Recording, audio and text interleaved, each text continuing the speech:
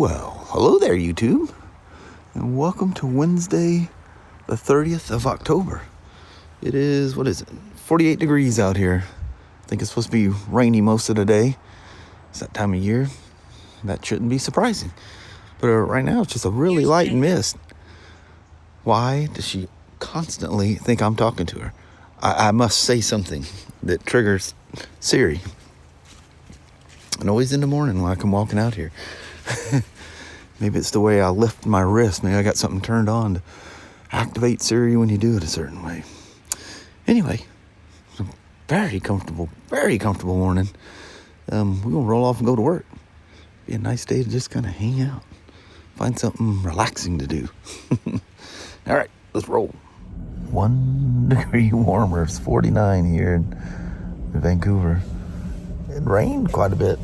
Actually, quite a bit on the way here. Yeah, it did. And it just kind of stopped as we got closer to Vanchulo. It's actually bright skies looking towards Portland. Maybe not. Just got to cross the river over there and go see the sunshine. Yeah. Well, Mama, we are at Hump Day. We are. We made it to that. Yeah. Hot the sun ziggity. get on the other side. Oh, yeah. Let's go in there and see how the world's going on in the motorcycle world. All right, Mama. All right. Have yourself a wonderful Wednesday. You too. All right. Love you. See you. Bye. I love you. Bye-bye now. Bye. Well, apparently the midnight crew must have taken the night off. I come in and this thing's right where I left it. I was up getting my little sugar-free apple cider thing that I have every day, and Kelly a cup of coffee. And I ran the back. This is upstairs. Ran into the back and I talked to the technician. Cable the Riker Rally. You see, it's not here. While I was gone, all the steering parts came in. So the service manager had him come down here and grab that thing to put all the the steering parts on there. He goes, when he come down to drive the thing up, as soon as he fires the thing up, before he even took off, beep, you get this long beep, and a VSS fault, and limp home mode pops up. So he's going, okay. So he didn't know where I was at with the thing, and they printed him off my case file thing, all the discussions I've had with BRP back and forth. And anyway, he takes the thing upstairs. Of course, it's in limp mode. You just got to go up the hill. And the yaw rate sensor is showing active fault. But you do the test on it, and it shows no fault, but it's active. So anyway, he comes in this morning, and I don't know what he's doing, but he hooked up to the computer, and now the yaw rate sensor is inactive. There's a ghost or a gremlin in that thing. But, what is it? Is it a wiring harness? When you do the test, it's showing good. Showing that the harness is good. Everything shows good. It just randomly.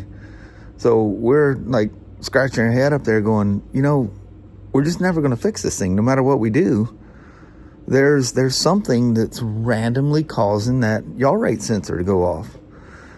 And of course, when it throws that, you'll get the steering angle sensor and everything else, because all those are all tied in. And dude, what in the world? So I don't know what he's doing. I think he's now gonna talk back and forth with BRP and see where he gets with it. But man, what a mystery. So if it's not something physical, you put all those tie rod pieces. Remember I showed you how loose all that was. Put all that stuff in. It's all new. But yeah, that's not even the problem. This is before he put those parts on. That went off. When he's taking it upstairs, didn't think nothing of it. Put all the parts on, and he's going, well, how do they think a physical thing like the tie rods and stuff? How is that going to fix an electrical thing? I said, well, I haven't had the yaw rate sensor come on and stay active. When I had it active before, it was completely out of sync. So I reset it, and even though it was still showing active, when I cleared the codes, it went away. You know, I've gone on long test rides with it and it doesn't miss a beat. And the last time, you know, that was when we found the VCM coupler wasn't connected all the way. And it only had a couple hundred miles then. I think he's got 4.5, somewhere around there, 425, something like that. So it lasted like 200 miles.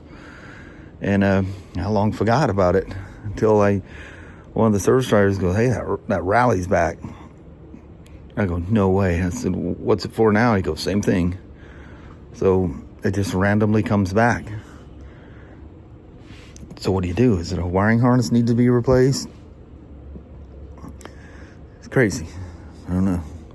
The mystery continues.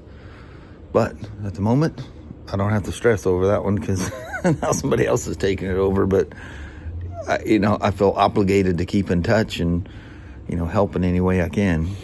But, unbeknownst to him, he inherited my previous nightmare. But, we're finding different things. Be interesting to see what the next step is. I mean, you can't just randomly throw parts at it. And even though it's showing active without doing anything, you do the test and it's testing good. The yaw rate sensor is actually new. And, don't know. But this morning, now it's gone and you can clear it. So what's it going to take to make it come back? Is it temperature sensitive, humidity? What happened to the GSA?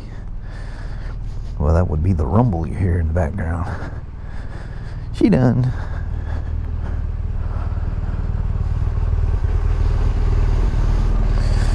Let's take her for a little rip here. I think it stopped raining. It appears to have. Maybe Mother Nature will give me a break for a moment here. Whew, that windshield is nasty to look through. That left mirror's a mile off. Come on, old gal. I don't know if I mentioned it or not, but this is a 2017 GS Adventure, GSA. So I don't know what the story is with his tires here. But I checked the tire pressures. It's supposed to be 36-42, 36 in front, 42 in rear. It was 47 and 51. You have any idea how dangerous that is? Crazy. Well, luckily they're street tires. It's got to come down here. Still, I think you guys are going to look right through it, but at least you have a fighting chance of seeing over it.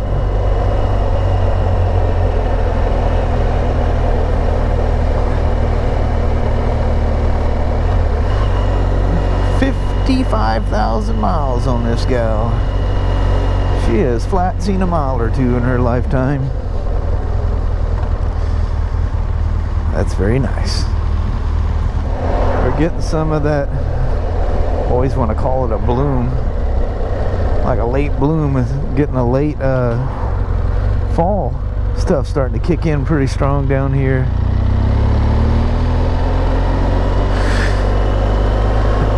It's cool. Oh, I don't have my watch on me. I have no idea. Well, I see raindrops. I don't see any hitting the windshield. Oh, it's dripping out of that tree. It's funny, these things, once they get some good miles on them, everything's kind of settled in. Everything has a happy home to them. That's the way a lot of bikes are, all the rough edges have done been shaved off. She's nice and smooth now. I seen that pink coat on that dog at a distance, and look, it looks like Danny Boy. A little aggressive. That's not like Danny at all. But I would assume it's a female dog wearing pink, but the way the world is now, who knows? And if you don't like it, you can't complain about it. I didn't look before I got out here. Yep, I'm good. Woo! Got some pretty red in them trees. So shockingly, I put the bags on this thing and I'm measuring about 41.5 inches across the bow of the bags on my Pan America. So I get the bags on this and I measured across it 39 inches. How about that? About 2.5 inches wider. But if you look at these things, you know these bags are considerably wider than the Beaumont bags I have on there. They tuck in tight, really tight. I was thinking with the old Pan America, I was kind of liking how tight that mounting system was in here. It ain't as tight as a GS or GSA if you're using this setup. So, whatever. Am I ever going to notice that difference? When I throw a ruler across it, to show you how I'm never going to notice it, is I'm looking at the BMW bags and I'm going, wow, that is quite a bit wider. Like, no worries at all. I'm good. My bag setup is not as wide as a BMW. I'm good with that. Never had a problem with the BMW. Definitely not going to have a problem with mine. Nope. I'm a skosh wider. If I got the next bags down, it would have probably evened the score. But there's no price difference between the small, medium, and large. They're all the same price. It's all there's not enough material difference to jack the price up, you know, and most places would take advantage, you know, small, medium, large. We gotta charge more for the medium over the small and the large over the medium. It's just an excuse. For whatever reason, they're all the same price.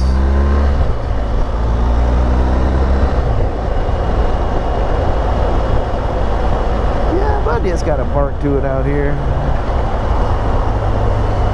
where he's got his I have been away from these old analog. Well, I guess it's got liquid crystal in there, but yeah, LED. Yeah, LED. Come on, Amazon.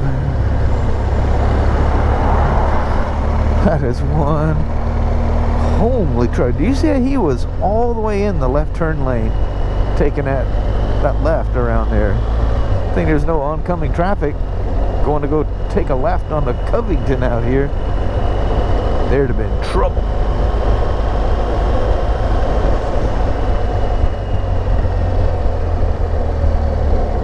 Oh, look at that. Old original Nav 5. Well, we had the Nav 4s when I first started here. Then they had the 5s.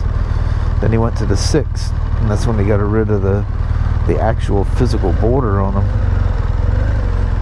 Really high definition.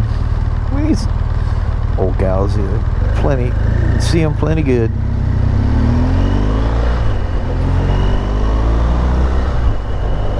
Now they're Nav 7. But what I see mostly on the BMWs now are they buy that cradle kit that BMW sells and they just stick their phone in it. So it keeps it all charged, and to some extent, I guess because it's BMW, I think I don't know if you have to run the BMW app or whatever, but you know, the phone and the bike talk. I don't know if you have all the whirly wheel stuff to use. Maybe if you use BMW's app. I've never messed with one. I'm just shooting guesses in the wind. The old 2017. Seems like it was just yesterday. They uncrating these things and woo! Look at the new 17. I don't think there was. Is there anything different between the 16 and 17s? It was minimal if there was. How did I get out here with no rain? Don't run me over there, Honda. I'm a fellow Honda fan. So don't hurt me just because I'm riding a Beamer.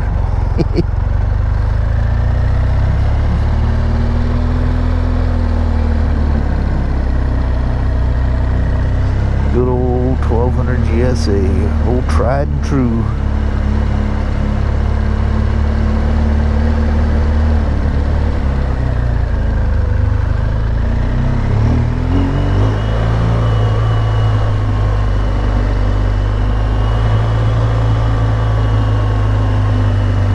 Wow, he's in rain mode.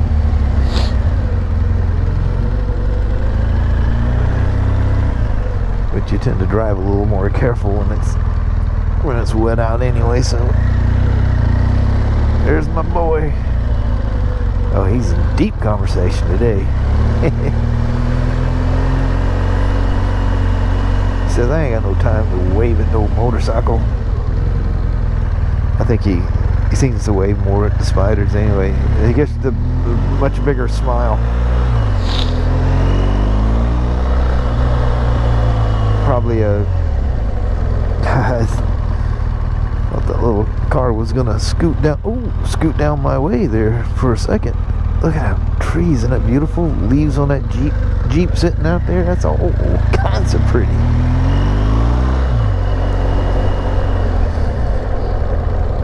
Kind of wondering how I get past this. Oh, I see that car scooting on the right side of it, so that's what I'm gonna do.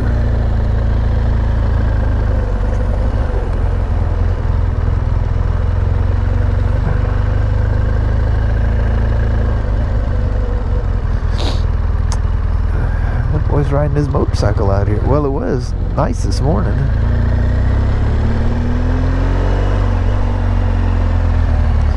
Gotta watch all those needles out of these fir trees out here. It's gonna be some kind of slippery.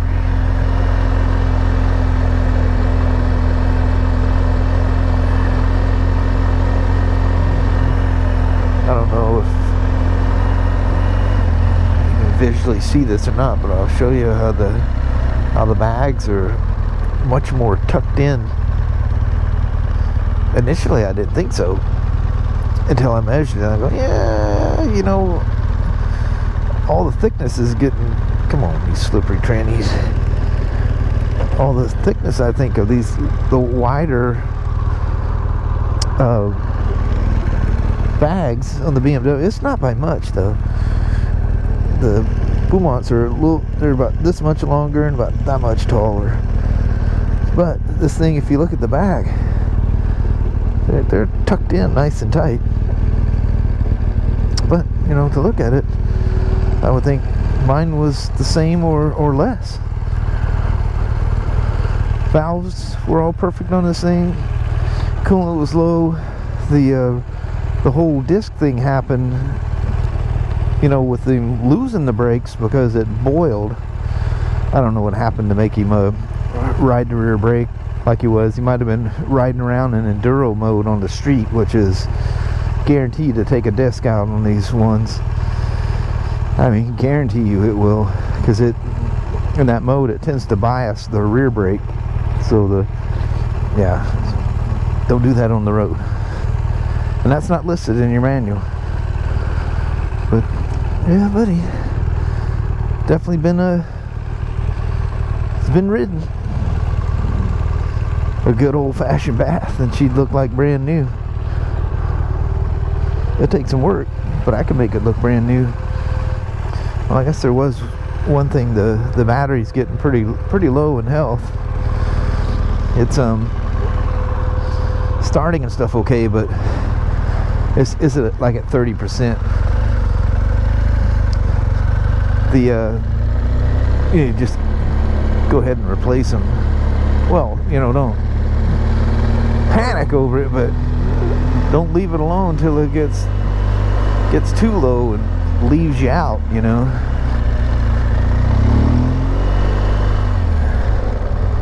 They'll just sneak up on you, and I hear something roaming down the road here. Oh, Evo of some sort there.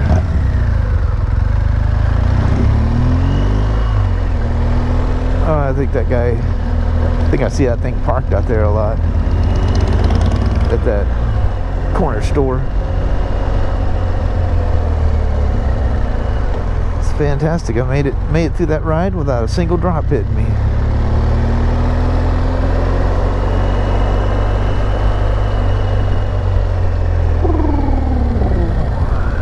Oh, who's rolling? Come on. I was trying to do this without putting my foot down. It made me think too much about it. Alrighty. Parked too far away from the curb. Anyway, thanks for coming along for the journey on this. We're going back to the drive shaft on this one. But she's all done. He approved the brake disc. We got it ordered. And we're moving on. Alright. We'll go from there. Thanks for coming along for the rip. Well, once again, I'm sneaking in here, even though the goodbye's been done. Before I took off on the ride on the GSA, I was talking to you guys and phone rang. It was Northwest Harley-Davidson. And, well, after the phone call, I jumped in. I did a clip. And, yeah, I lost the clip. I did the old classic, you know, I thought I hit the record button, but at the end, when I went to hit the record button to stop the recording, I actually started it. And so the phone sat there for like 16 minutes on the shelf there, just airing the ceiling and me getting stuff ready and goofing around, getting ready to go for the ride. Anyway, I came back on after the phone call and told you. So talked to them about this and what's going on. It's actually much rarer than what you think. It's like when, you know, like because, you know, I work on motorcycles for a living, specifically BMW and Spyders. So, you know, I get people to make comment every once in a while, I'd never buy one of those things. You're always fixing them. Dude, you have no idea the mass quantity that we sell, and the service gets way more in than what we just sell, because people come from everywhere to have the service done, whether they bought from us or not. So, yeah, you're seeing a very, the concentrated version of stuff. And in the grand scheme of things, it's very, very small, the things you do. But anyway, this thing with the fairing is nowhere near as big as, you know, people lead you on to believe. It's actually quite rare. It's weird that, you know, Doug and I both had the same thing. And but if you look at the forums and stuff on it, most of that stuff is, you know, so all the threads even ended in like 2023. Excuse me. But anyway. So they haven't had any 2024s with that deal. And, you know, somebody commented saying their buddy was taking his to Northwest Harley-Davidson on Saturday to have it looked at for the same thing. There was no appointment and nobody showed up. They haven't even had a Pan America in there in a while. And, you know, they said, you know, there's a big deal in 2021. There was a bunch of updates and, you know, battery issues and, you know, the teething problems of a first-year bike. He goes, pretty much after that, these things, they just come in for service, tires, and stuff like that. The problems are quite rare. You know, I tell you the same thing about BMWs. The things I show you that looks like it's common because I get a hold of them, but that's like one in however many. They're just astronomical numbers. The odds of you getting one. There are certain things, you know, like this rockets on Spyders. You know, some of those things are a deal. Things come about. But anyway, I told them what I've done. They go, that is definitely one of the fixes. They haven't had any 24s at all with this, but they the ones they adjusted, mostly 23s. I think that some 22s, but it's mostly 23s. They had one that they know of that a frame got replaced. They didn't do one, so, and it's rare. And I was going, I don't know how in the world, this thing didn't have 0 miles on it when I got it. How to get through Harley's quality control, and somebody PDI'd it. Somebody took it for a test ride. Didn't notice everything's all out of whack there. But, I'm sure they don't know, just like I wouldn't know what had happened if it wasn't me that done it. That thing would never make it around the block. If I PDI'd that thing, I'd be going, yeah, something's way out of whack here. But, I'll explain it once I get to the point. I think it's okay for me to discuss what I did, but there was an adjustment right away when I started it. And what's funny is Doug said the same thing happened with his. It's kind of a boing, kind of a bounce back kind of a affair. So, anyway, thought I'd just jump in. Now, I guess I'll go to the pre-recorded goodbye vlog like we did last night. Actually, maybe the last couple of nights. It's convenient to do it that way. So, I'm going to bounce. Everything's cool. They said if I can't fix it, they'll fix it, even if it includes a frame. But I made it very clear, never ever will a frame be installed on that thing. You guys know all the reasons why. Maybe somebody else's bike, not mine. But anyway, I'm going to bounce. Well, hello there, YouTube. Yet another end of the day car vlog. To talk them dogs, they need to go walking past that thing, set that light off. Yes.